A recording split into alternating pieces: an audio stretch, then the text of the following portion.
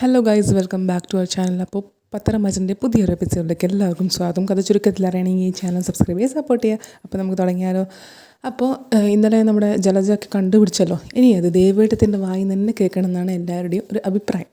അതായത് ജലജയും നമ്മുടെ അനിയുടെ അമ്മയും ജാനകിയും അനാമികയും കൂടെ ഒരു ഒട്ടമേശ സമ്മേളനം. ഇതിങ്ങനെ അടുപ്പുണ്ടെങ്കിൽ ഇതധികം വെച്ച് നീട്ടിക്കൂടാ, എല്ലാവരുടെ മുന്നിൽ എല്ലാവരും ഒന്ന് അറിയണം, നമുക്കറിയണം എന്ന് പറയണം. അപ്പോൾ ജലജ അപ്പോൾ അനാമിക വരുന്നുണ്ട്. അങ്ങനെയുണ്ടെങ്കിൽ അത് ആ ഒരു ഏട്ടത്തിയുടെ വായിൽ തന്നെ കേൾക്കണമെന്ന് ജലജ പറയുന്നുണ്ട് കേട്ടോ. എങ്ങനെയെങ്കിലും ഇന്ന് പറയിപ്പിക്കണം എന്ന് പറയുന്നുണ്ട്. ഇന്ന് തന്നെ സത്യം പുറത്ത് കൊണ്ടുവരണമെന്ന്. ഒരു റൂമിൽ നടക്കുന്ന കാര്യം മറ്റേ റൂമിലുള്ള ആൾക്കാർ അറിഞ്ഞില്ലെങ്കിൽ അത് മോശമല്ലേ എന്നിങ്ങനെ പറയാണ്. പിന്നെ ആദർശ് വലിയ തെറ്റ് ചെയ്തിട്ട് അവനെ ആ സ്ഥാനത്ത് നിന്ന് മാറ്റേണ്ട സമയം കഴിഞ്ഞില്ലേ, ജയേട്ടനെ ആ സ്ഥാനത്ത് ഇരുത്തിക്കേണ്ട സമയം കഴിഞ്ഞില്ലേ, എന്നിട്ട് അച്ഛൻ ഇതൊരു തീരുമാനം എടുത്തോ. അബിക്കാണെങ്കിൽ ഇപ്പോൾ ഒരു ബ്രാഞ്ചിൻ്റെ ചുമതല കൊടുക്കാൻ പറഞ്ഞിട്ട് ഇതുവരെ അതിനൊരു തീരുമാനമായിട്ടില്ല.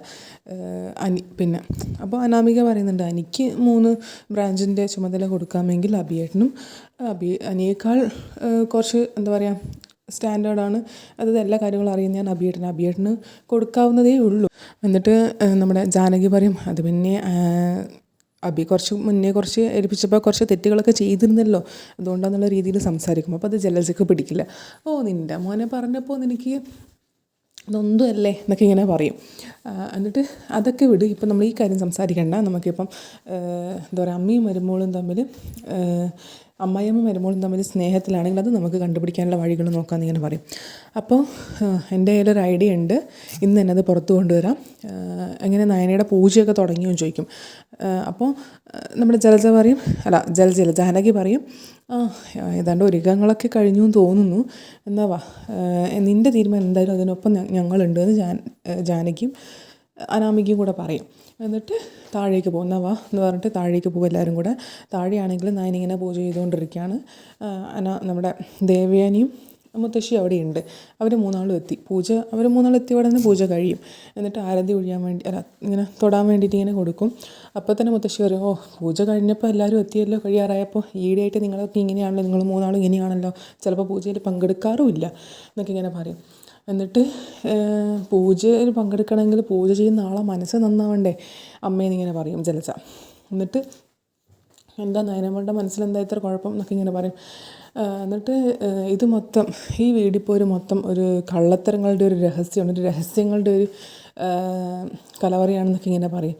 എന്നിട്ട് പണ്ട് മുത്തശ്ശന്മാർ എല്ലാവരും നാട്ടുകാരൊക്കെ പറയാറില്ലേ, ഇവിടെ നിധിയുണ്ട്, ഈ കൊട്ടാരത്തിൽ ഫുൾ നിധിയുണ്ട്, നിധി ഒളിഞ്ഞു നിൽക്കുന്നുണ്ട്, മാത്രമല്ല ഇവിടെ പണിയെടുക്കുന്ന ഒരാൾക്ക് സ്വർണം കിട്ടിയിട്ടില്ലേ എന്നൊക്കെ ഇങ്ങനെ പറയും. അതൊക്കെ പറഞ്ഞ സത്യമാണ് എന്നൊക്കെ ഇങ്ങനെ പറയും. എന്നിട്ട് അമ്മ പറയും, അതൊക്കെ കിട്ടിയിട്ടുണ്ടെങ്കിലും അത് നമ്മുടെ തറവാട്ട് ക്ഷേത്രത്തിലേക്കാണ് പോയിരിക്കുന്നത്, അല്ലാതെ നമ്മളെ ജ്വല്ലറി ഇതൊന്നും കൊണ്ടുവച്ചിട്ടൊന്നും ഇല്ല എന്നിങ്ങനെ പറയും.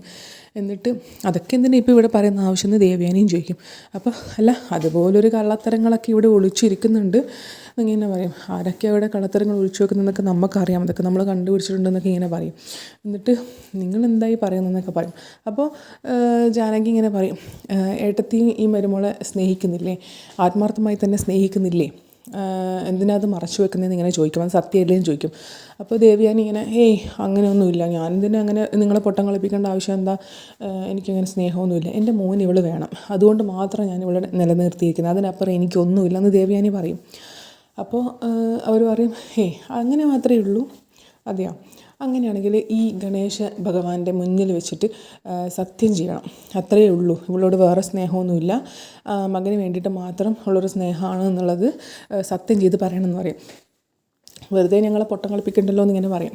അപ്പോൾ അനാമികയും പറയും, അങ്ങനെ ഇവളെ സ്നേഹിക്കുന്നുണ്ടെങ്കിൽ അത് വലിയമ്മയ്ക്ക് തുറന്ന് പറഞ്ഞാൽ പോരെ, വെറുതെ എന്തിനാ ഇങ്ങനെ ഒളിച്ചു കളിക്കുന്നത്, അത് തുറന്നങ്ങ് സമ്മതിച്ചാൽ പോരെ, ഇതൊക്കെ ഒളിച്ചു വെക്കേണ്ട കാര്യമുണ്ടോ എന്നൊക്കെ ഇങ്ങനെ പറയണം. അപ്പോൾ ദേവയാനിയും പറയുന്നുണ്ട്, എനിക്കങ്ങനെ ഒളിച്ചു വെക്കേണ്ട കാര്യമൊന്നുമില്ല, ഉള്ളതുള്ളത് പോലെ തന്നെയാണ് ഞാൻ പറയുന്നത്, മോന് വേണ്ടിയിട്ട് മാത്രമല്ല, അല്ലാതെ വേറെ എനിക്ക് ഇവളോടൊന്നുമില്ല എന്നൊക്കെ ഇങ്ങനെ പറയും.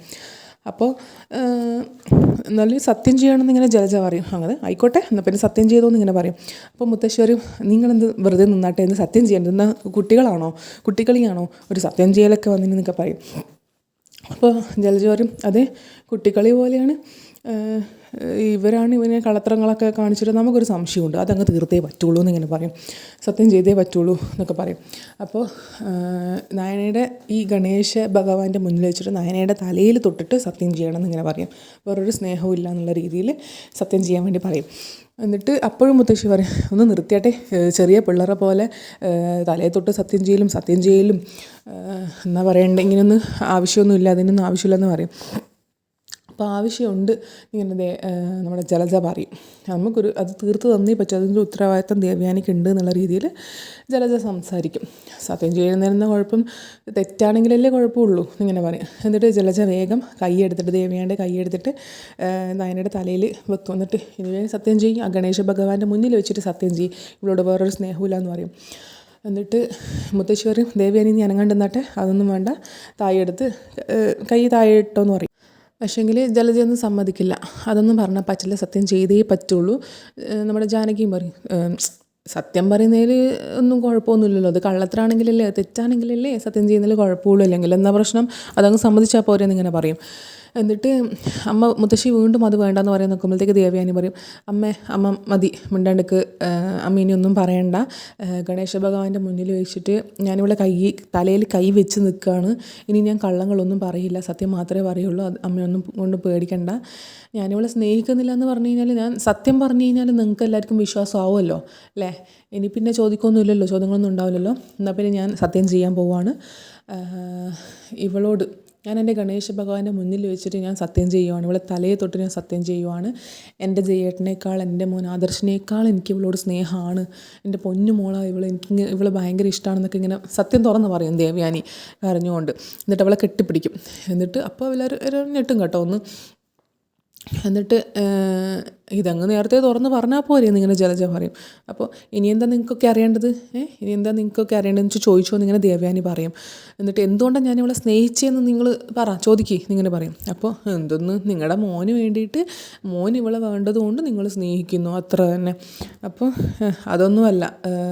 എന്നിട്ട് ഇവളെൻ്റെ പൊന്നു മോളാണ്, ഇവളെപ്പോലൊരു മരുമോൾ ഇനി ഉണ്ടാവില്ല, എന്താ പറയുക, ഇവൾ ഈ കുടുംബത്തിലെ ഐശ്വര്യമാണെന്നൊക്കെ ഇങ്ങനെ പറയും. എന്നിട്ട് അനാമിക പറയും, ഇനി ഓരോന്നും പറഞ്ഞ് ന്യായീകരിക്കാനൊന്നും നിൽക്കണ്ട, ഉള്ളതുപോലെ പറഞ്ഞാൽ മതി, മോന് വേണ്ടിയിട്ട് മരുമോളെ അങ്ങ് സ്നേഹിച്ചു തുടങ്ങി എന്നങ്ങ് പറഞ്ഞാൽ മതി എന്ന് പറയും. അപ്പോൾ നമ്മുടെ ദേവയാനി പറയും, അതൊന്നുമല്ല, ഇനി അഥവാ ഇവളെ ന്യായീകരിക്കേണ്ട കാര്യമാണെങ്കിൽ അതിനൊരു മടിയും കൂടാതെ ഞാനിവളെ ന്യായീകരിച്ചിരിക്കും ഇങ്ങനെ പറഞ്ഞിട്ട്, ഇനി എന്തുകൊണ്ട് ഞാനിവളെ സ്നേഹിച്ചതെന്ന് എനിക്ക് അറിയണ്ടേ എന്ന് പറഞ്ഞിട്ട് അങ്ങോട്ടേക്ക് കൂട്ടിക്കൊണ്ടുപോകും. അല്ല, അതിന് മുന്നേ തന്നെ വലിയൊരു കരൾ പകുത്ത് തന്ന, ഇതിന് മുന്നേ കരൾ പകുത്ത് തന്ന കുട്ടീനെ പോലത്തെ ഒരു കുട്ടീനെയാണ് മരുമകളായി വേണ്ടതെന്നൊക്കെ പറഞ്ഞിരുന്നല്ലോ. എന്നിട്ടിപ്പോൾ എന്തായി, ആ കുട്ടീനെ പിന്നെ അന്വേഷിച്ചിട്ടുമില്ല, ഒന്നുമില്ല, അന്വേഷണം പകുതിക്ക് വെച്ച് നിർത്തി, എന്തായി എന്നൊക്കെ ചോദിക്കും. അപ്പോൾ ദേവയാനി പറയും, അതെ, അങ്ങനെ ഒരു മരുമോൾ തന്നെയാണ് വേണ്ടത്, ഇവളെ സ്നേഹിച്ചതിന് ശേഷം തന്നെയാണ് ഞാനത് വിട്ട് ആ ഒരു അന്വേഷണം നിർത്തിക്കളഞ്ഞത്. അതെ, നിങ്ങൾക്കൊക്കെ അറിയോ എനിക്ക് കരൾ പകുത്തുന്ന പെൺകുട്ടി ആരാന്ന് നിങ്ങൾക്കൊക്കെ അറിയോ എന്നിങ്ങനെ ദേഷ്യത്തോടെ തന്നെ ചോദിക്കും. എന്നിട്ട് എൻ്റെ കൂടെ വാന്ന് പറഞ്ഞിട്ട് ദേവയാനി എന്താ മറ്റേ ഫംഗ്ഷന് പോയിട്ടില്ലേ, ഇവൾക്ക് ഡിസൈനർ അവാർഡ് കിട്ടിയ ഒരു ഫംഗ്ഷന് പോയിട്ടില്ലേ, അതായത് ദേവയാനിയെ കൊണ്ട് നയനെ സത്യം പറയിപ്പിച്ചല്ലോ, ആ ഒരു ഫംഗ്ഷൻ, അതിൻ്റെ ഫുട്ടേജ് കാണിച്ചു കൊടുക്കും. ദേവയാനി ഇങ്ങനെ സങ്കടപ്പെട്ട് പറയുന്നതൊക്കെ ഇവളാണെന്ന് ഒടുവിൽ ഞാൻ കണ്ടെത്തി, ഞാൻ കുറേ അന്വേഷിച്ചു ആ പെൺകുട്ടിയെ, പാല് കുടിച്ച വിവരം അന്വേഷിച്ച വിവരം അവസാനം ഇവളിലെത്തിയ വിവരമൊക്കെ പറയും. എന്നിട്ട് ദേവേനെ അത് ഓഫ് ചെയ്തിട്ട് പറയും, ഇവളാന്ന് എനിക്ക് കരൾ പകുത്ത് തന്ന എൻ്റെ പൊന്നു മോള് എന്നിങ്ങനെ പറയും. അപ്പോൾ അവർ വീണ്ടും ഞെട്ടും. എന്നിട്ട് അവളെ കുറച്ച് പുകഴ്ത്തിയൊക്കെ പറയും. ഇവളെ എന്താ പറയുക, അച്ഛനും അമ്മയും എന്നേക്കാൾ നന്നായി അച്ഛനും അമ്മയും ഇവളെ മനസ്സിലാക്കിയിരുന്നു. അത് കഴിഞ്ഞ് എൻ്റെ ജയേട്ടനോ അജയനോ ഒക്കെ മനസ്സിലാക്കി, കുറച്ച് വൈകിയാണെങ്കിലും ആദർശം മനസ്സിലാക്കി. പക്ഷേ ഞാൻ ഒരുപാട് വൈകിപ്പോയി ഇവളെ മനസ്സിലാക്കാൻ വേണ്ടി, അതിന് ഞാൻ സ്വയം ഇപ്പോഴും ഞാൻ എന്നെ കുറ്റപ്പെടുത്തിക്കൊണ്ടിരിക്കുകയാണ് എന്നൊക്കെ ഇങ്ങനെ കാരണോടൊക്കെ ഇങ്ങനെ ഇമോഷണലായിട്ട് പറയും.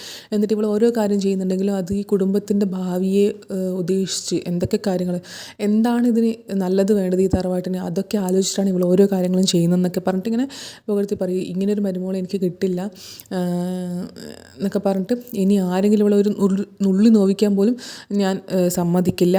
എന്തായാലും നിങ്ങൾ ഇത് ഉള്ളിൽ വെച്ചുകൊണ്ട് നിൽക്കുമ്പോൾ ഒരു ശ്വാസം മുട്ടലായിരുന്നു, ഇതിനൊരു തുറന്ന് പറയാനൊരു അവസരം നിങ്ങൾ ഉണ്ടാക്കി തന്നല്ലോ, അതിന് നന്ദി എന്ന് പറയും. ഇനി നിങ്ങളൊക്കെ കാണാതെ എനിക്ക് എൻ്റെ മോളെ സ്നേഹിക്കാൻ ഒരുപാട് പാടാണ്, ഇനിയിപ്പോൾ അതിൻ്റെ ഒന്നും ആവശ്യമില്ലല്ലോ, നമ്മൾ ഒരേ വീട്ടിൽ കഴിയുന്നതല്ല, അതുകൊണ്ട് കാണാണ്ട് സ്നേഹിക്കാൻ ഭയങ്കര പാടായിരുന്നു, ഇനി എന്തായാലും നന്ദിയുണ്ടെന്ന് ഇങ്ങനെ പറയും. എന്നിട്ട് ദേവയാനി പറയും, അനാമിക മോളെ നിർത്തിക്കൊണ്ട് ഞാൻ പറയുകയാണോ ഒന്നും വിചാരിക്കരുത്, ഇങ്ങനൊരു മരുമോളെ നിങ്ങൾക്ക് ഒരിക്കലും കിട്ടില്ല, അത്രയ്ക്ക് എൻ്റെ പൊന്നു മോളാണ് ഇവളെന്നൊക്കെ പറയും. ഇനി ഇവളെ ആരും എന്നിട്ട് ജലജി ഇങ്ങനെ തലക്ക് മുടിക്ക് ഇങ്ങനെ പിടിച്ചിട്ട്, ഇനി നിനക്ക് എന്താ അറിയേണ്ടത്? എൻ്റെ ഞാനിപ്പോൾ സത്യം പറഞ്ഞില്ലേ, ഇനിയൊന്നും അറിയണ്ടല്ലോ, ഞാൻ എൻ്റെ മോളെ നന്നായിട്ട് സ്നേഹിക്കുന്നുണ്ട്, എനിക്ക് എല്ലാവരെക്കാട്ടിയും കൂടുതൽ അവളോടാണ് ഇഷ്ടം എന്നൊക്കെ പറയുന്നുണ്ട്. ഇനി അവളെ ഒരു വാക്കുകൊണ്ടോ നോക്കുകൊണ്ടോ പോലും ഉപദ്രവിക്കാൻ ഞാൻ വിടില്ല, അതെനിക്ക് സഹിക്കില്ല, കാരണം അത്രയ്ക്ക് ഇഷ്ടമാണെന്നൊക്കെ പറഞ്ഞിട്ട് ഇങ്ങനെ പറയും. എന്നിട്ട് അങ്ങോട്ടേക്ക് നയനയും വിളിച്ചുകൊണ്ട് ദേവയാനി അങ്ങോട്ടേക്ക് പോകും. അപ്പോൾ അവിടെയാണ് ഇന്നത്തെ എപ്പിസോഡ് കഴിയുന്നത്. Thank you so much.